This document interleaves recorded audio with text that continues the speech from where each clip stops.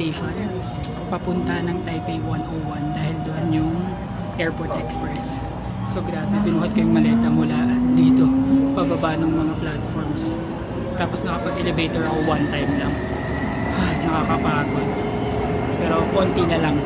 So guys, nandito na tayo sa Taipei Main Station and susundan lang natin itong Taoyuan Airport MRT. So dito, daming tao. Sundan lang natin yung mga sign guys. So guys, ito na Airport Express. Dire-diretso pa rin. Medyo mahaba-habang lakaran to guys mula nung bumaba tayo kanina sa MRT. Pero hindi naman kayo aalis, hindi naman kayo lalabas talaga mismo ng building na to. Malaking building to guys. Marami rin mga kainan na madadaanan. Kaya hindi kayo maliligaw. Just follow the signs.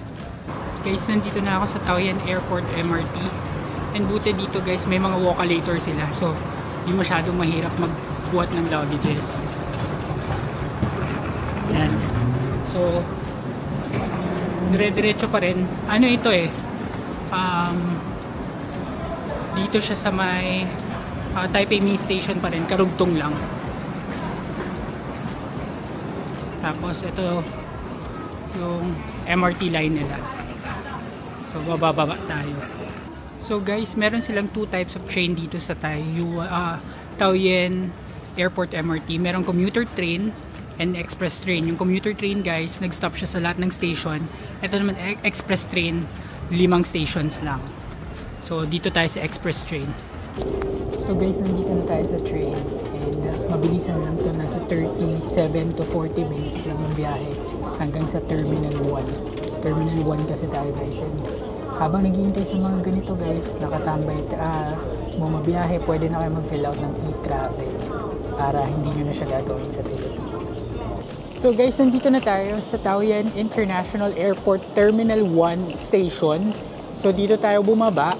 And ang total fare is 150 NTD hanggang dito using Limited Express train or yung purple lane. So what you're gonna do is to make sure na susundan nyo lang yung path papunta sa Airport Terminal 1.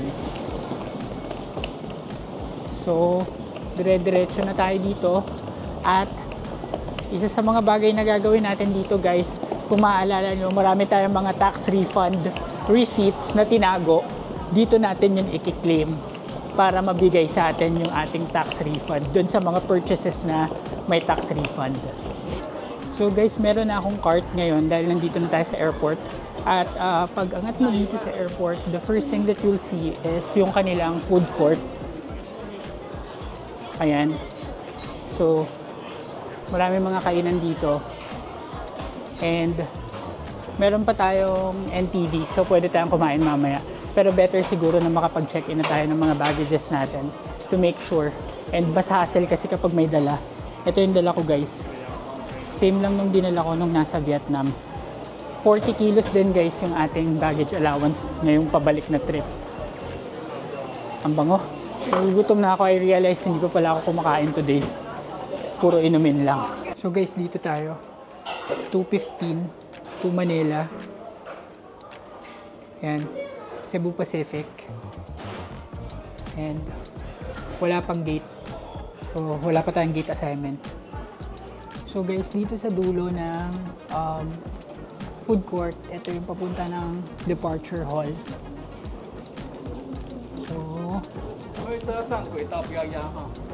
So paangat na tayo sa arrival hall. Ang una natin gagawin guys, since nakita ko na wala pa tayong gate assignment or check-in counter assignment, is to look dun sa tax refund counter nila para i-present yung mga receipts na pinatago sa atin. So make sure guys to keep your receipts kasi pag wala kayo ng receipt, even if may sinabi sa inyo may tax refund kayo, hindi nila yon i-honor. So you will have to present your receipt along with your passport so they will honor the tax refund. So we are here now sa departure hall ng Taoyuan International Airport. So guys paalala lang, hindi siya Taoyuan kasi palagi ko naririnig na Taoyuan. So based dun sa mga locals and sa mga nakasama kong taga rito, Taoyuan Taoyuan International Airport. Ayan. So, Taoyuan International Airport. So, let's look for the tax refund counter. So, guys, dito sa departures hall, sa pinakadulong sa left side, yung papunta sa tax refund customs declare / tax refund counter. So, susundan nyo lang to. Dito lang to sa gilid ng counter 1. Papuntang arrival hall. Pero hindi tayo aabot doon. Dito lang tayo sa customs declare tax refund counter. So, pagtingin nyo, may mga automatic kiosk kayong makikita. So, dito, ayan, sa left side. Nagawa ko na kasi ito guys nung first time kong pumunta dito. So, here. Yan. So, gagawin natin yan. So, guys, try natin dito ang automated kung kaya. So, language, English. And then, tax refund application. Choose the identification used for entering Taiwan. Let's choose passport. Write the passport information. So, scan natin yung passport dito.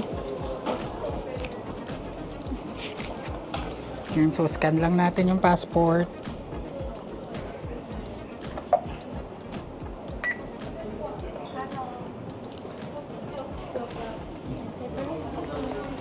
Yes. Tapos, scan natin yung QR code. Yan, may nag-assist na sa akin.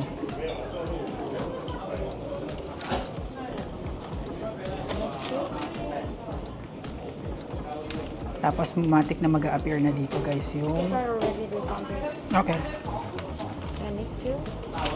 Fast, total here. Total 262 NTD na tax refund. Okay. You want cash or credit card? Credit card.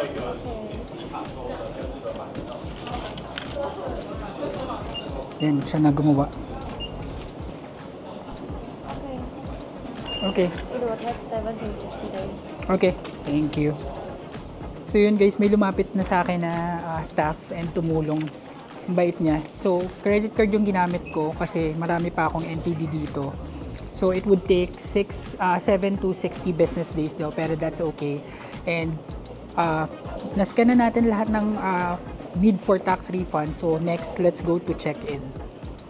Guys, bago pala tayo mag-check-in, timbangin muna natin itong ating mga bagahe kung sasapat ba. So, this one is 12.4. So, tignan natin kung itong isa dapat pasok. At mga 28 lang to.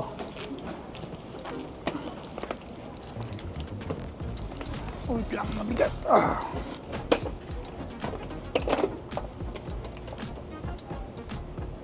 Yan, 25.4 plus 12. So, pasok tayo sa 40 guys. Good job! So, total baggage allowance natin is 37.8 kilos lamang. Very good. So, we're within our threshold. So, now we're going to our check-in counter. So, based on research guys, Cebu Pacific's check-in counter is check-in counter number 12. So, sa pinakadulo sa right. So, 12 check-in counters lang naman to guys. So, dun tayo sa 12 pupunta. So, guys, dahil sarado pa yung check-in counter ng Cebu Pacific, wala pa sila dun. Pupunta na lang muna ako ulit dito sa food court para mag-dinner. Kasi, nakakagutom. Nakakagutom tong prosesong to. Ang haba ng mga nilakad natin nung unang part nitong vlog. Tapos ngayon, mahaba-haba rin lakarin. Tapos may mga dala-dala pa tayo. So talagang workout kung workout ito. So kung sakali man guys na medyo mahirap sa inyo yung magdala-dala ng mga luggages, ganyan, pwede kayong mag-book guys ng airport transfer mula Simending hanggang sa dito sa airport. So meron ganun sa Klook guys, search nyo na lang. So dito ako nag-decide kumain guys sa ramen house.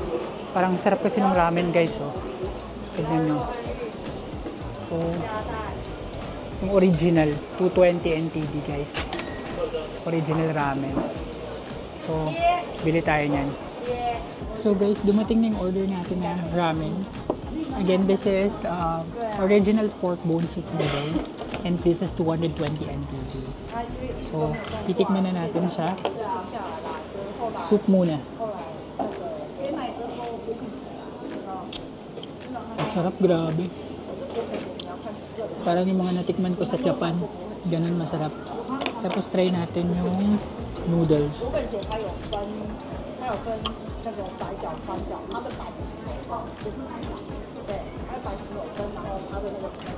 Ang hirap. Nagmoist yung salamin ko. Okay din yung noodles guys. Firm siya pero malambot. So, very good to. Masarap naman. Kain muna tayo.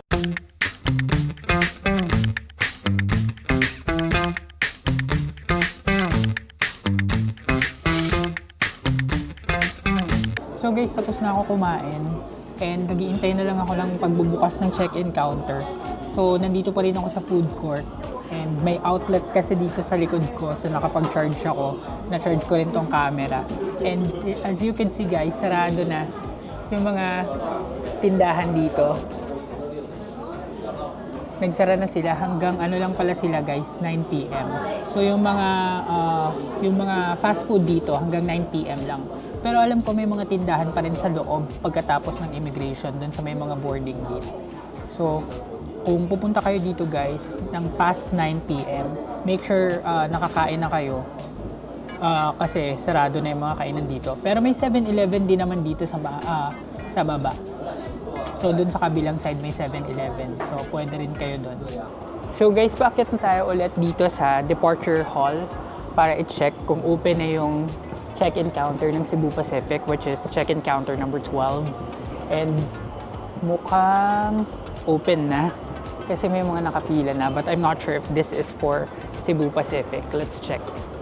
So guys, I'm back here and meron pa tayo guys 2,120 NTD na pwede nating gastusin at pambili ng additional na pasalubong habang nag-iintay tayo dun sa check-in counter ng Cebu Pacific. May pila na dun guys pero hindi pa open yung check-in counter. So nakiusap lang ako dun sa nasa unahan ko na to look after my luggage habang papunta tayo dun sa 7-Eleven. So yung 7-Eleven guys, dito lang ulit yun sa left side.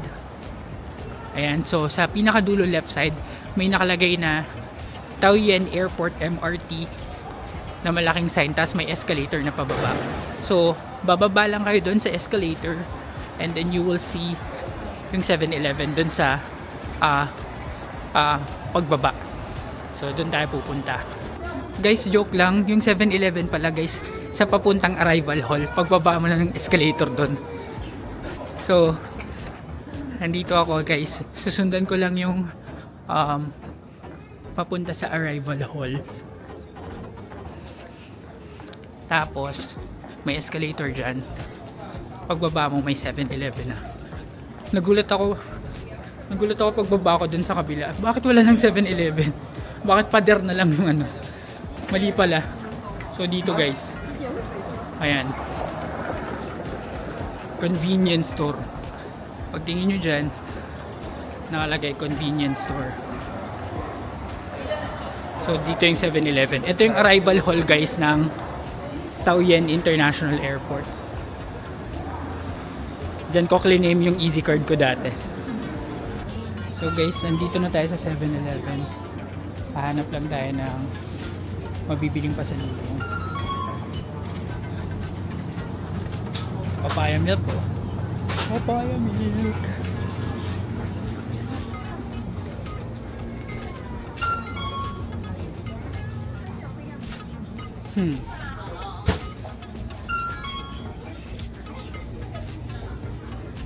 Sa loob na lang kaya guys. Parang mas okay sa loob na lang kasi yung mga nandito ay mga hindi pampasalubong.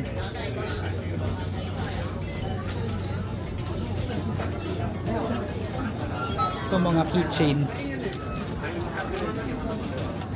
Ang mga keychain ay walang presyo.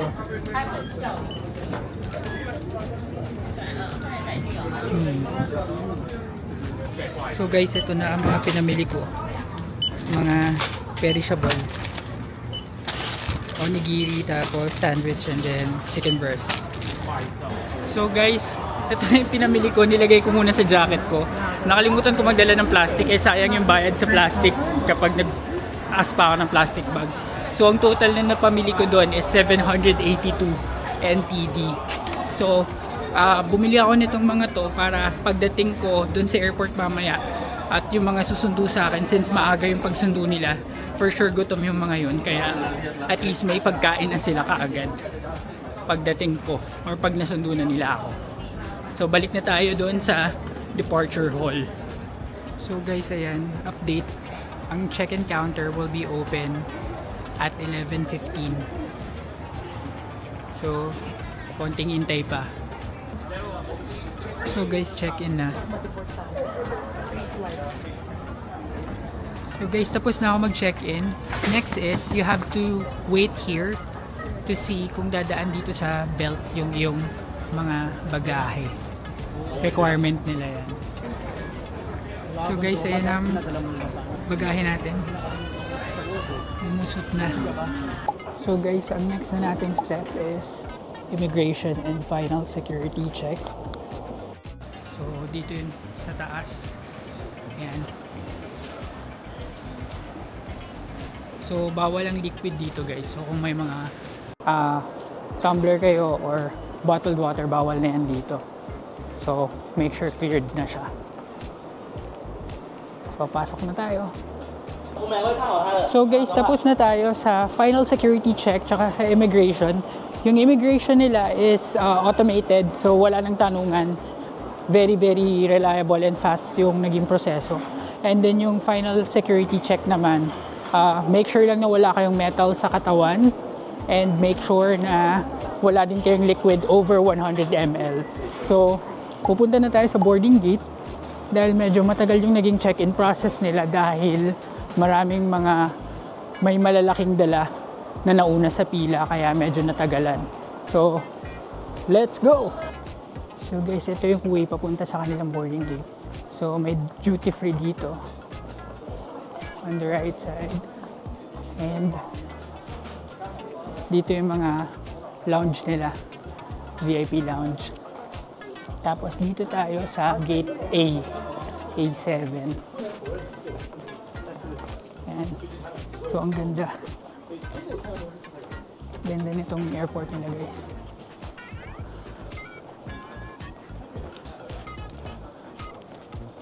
Sana meron pa tayong mabutang mga tindahan doon sa may boarding gate kasi meron pa tayong NTD and kailangan maubos na natin yun kasi babaratin lang yan ang palitan pag nadating sa Pilipinas.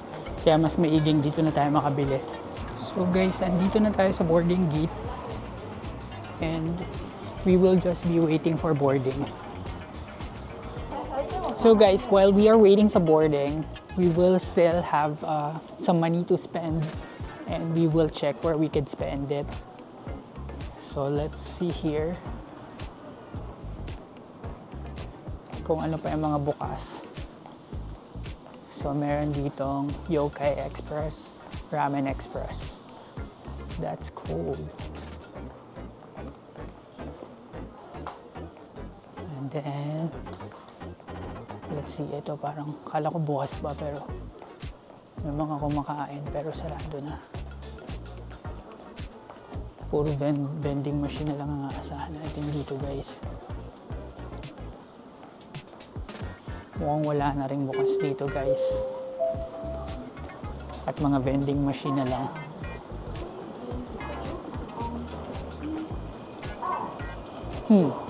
Vending machine din. Let's check the other side. Guys, may butterfly garden here oh. Butterfly garden. Pero ito na yung kabilang dulo guys, mukhang wala talaga tayong mabibili kundi mga chichirya at chichirya uli. So wala nang bukas na kahit ano guys, puro vending machine na lang.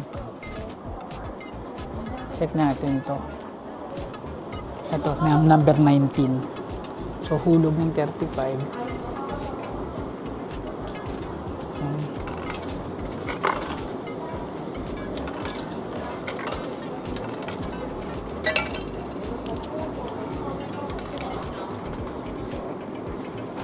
Ayan, so 35 plus 19, pindot number. Okay. Ayun na. Okay. Good. Guys, meron pa tayong 100 NTD na coins. Yung bills ko na 1,200 NTD na natira, I decided na papapalitan ko na lang para magamit namin sa mga ibang bagay. Kasi puro chicheria ang nandito, tsaka mga drinks lang. So sayang naman kung ibibili ko lahat yun ng chicheria at drinks, na soft drinks. So dito na lang tayo. Ito yung mga drinks. Bili tayo ng lemon tsaka apple. So ito, apple 17. Okay. Ayun na. So guys, ito na ang napamili natin sa mga vending machine. May inuman na mangyayari sa aeroplano. Guys, boarding time na. Boarding. So guys, boarding na kami. See you, Philippines! So guys, palipad na kami. See you, Philippines. Ito na.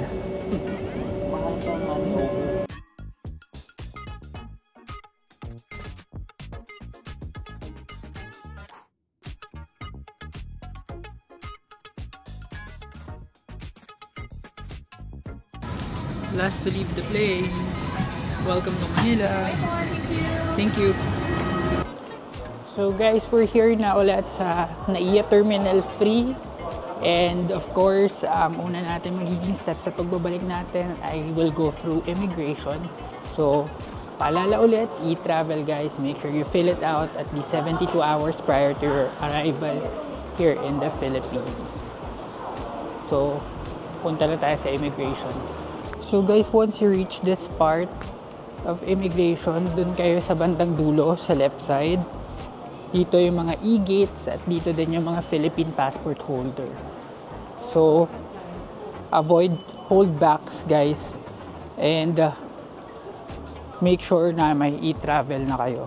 So, dito yung e-gates natin. Lumalaban din naman ng Philippines pagdating sa e-gates. Kasi may mga e-gates din tayo. Sana mas ma-improve lang yung efficiency niya. Ayan, pila na tayo dito sa e-gate. So, we are done na sa immigration and pag mga ganitong oras talaga, medyo madaling araw, mabilis lang yung pila and wala masyadong pila. Kaya, next na natin is kunin na natin ang ating mga check-in baggage sa conveyor belt na inassign sa atin. And this time guys, dito tayo sa belt number 1. Cebu Pacific. Ayan, marami nang nakapilat nakabang guys. So guys, ito na, iniintay na lang natin yung ating baggage. At paalala lang guys, meron ditong nakalagay na please wait behind yellow line. So hindi po dapat umaabante dun. Dito lang po tayo behind, hindi beyond the yellow line. Yan, paalala lang po. Kasi marami mga tao na medyo na-excite, kaya lumalapit na beyond yellow line. So dito lang po tayo sa likod. Hintayin lang po natin. Lalapit naman yung ating mga baggages sa atin. Paalala lang. So guys, I'm here na outside and I'm just waiting dun sa aking sundo. At i-end ko ng vlog na ito at ang series na ito guys. Maraming salamat sa lahat ng sumabaybay dito sa ating Taiwan Vlogs. At sa mga dagdag na subscribers, sa lahat ng mga nagko-comment guys, I really appreciate it. At patuloy niyong subaybayan ng ating channel, AJTV Amazing Travels guys. Kung di pa kayo nakasubscribe, subscribe na kayo. Like this video and then comment down below guys kung ano yung mga gusto nyong iba natin puntahan. At hit the notification bell para lagi kayong updated sa ating mga bagong vlogs.